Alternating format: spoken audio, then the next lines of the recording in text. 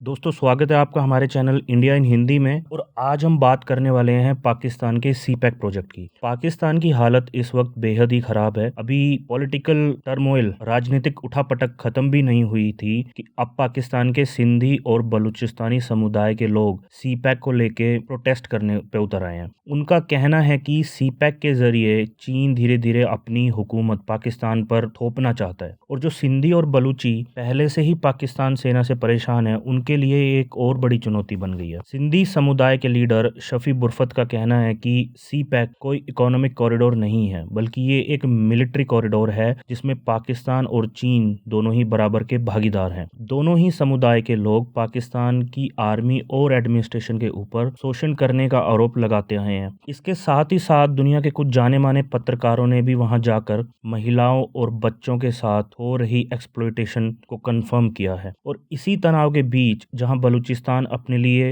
Independent देश का दर्जा मांग रहा है, वहीं सिंधी समुदाय ने अपने लिए सिंधु देश नाम अलग से बनाने की मांग की है। हालांकि इस सब के बीच भारत की भूमिका अभी तक गोपनीय है। इससे पहले कि हम आगे बढ़ें, आइए थोड़ा समझ लेते हैं कि आखिर ये सी पैक आखिर है क्या और क्यों ये भारत के लिए एक चुनौती है। दरअसल चीन अपने समुद्री मार्ग के जरिए अपने माल को वेस्टर्न कंट्रीज यानी कि पश्चिमी देशों में और गल्फ कंट्रीज में एक्सपोर्ट करता है, लेकिन भारत के साथ उसकी काफी टाइम से उठापटक चल रही है। कभी बॉर्डर पे कुछ इशू हो जाता है, कभी वैसे स्टेटमेंट्स आती रहती हैं। उसको देखते हुए उसको अंदेशा था कि एक्सपोर्ट के लिए जिस समुद्री मार्ग से होकर जाना पड़ता है उस पर भारत अपनी नौसेना के द्वारा भविष्य में कभी भी रुकावट डाल सकता है। चीन के लिए एक बहुत बड़ी मुसीबत खड़ी हो सकती है। साथ में चीन को यह भी पता है कि भारत के रिश्ते दिन प्रतिदिन वेस्टर्न कंट्रीज से अच्छे होते जा रहे हैं, इसलिए अगर कोई ऐसी स्थिति आती भी है तो चीन के साथ कोई भी पश्चिमी देश खड़ा नहीं होगा। और इसी बात को ध्यान में रखते हुए उसने पाकिस्तान को अपने चंगुल में फंसाया।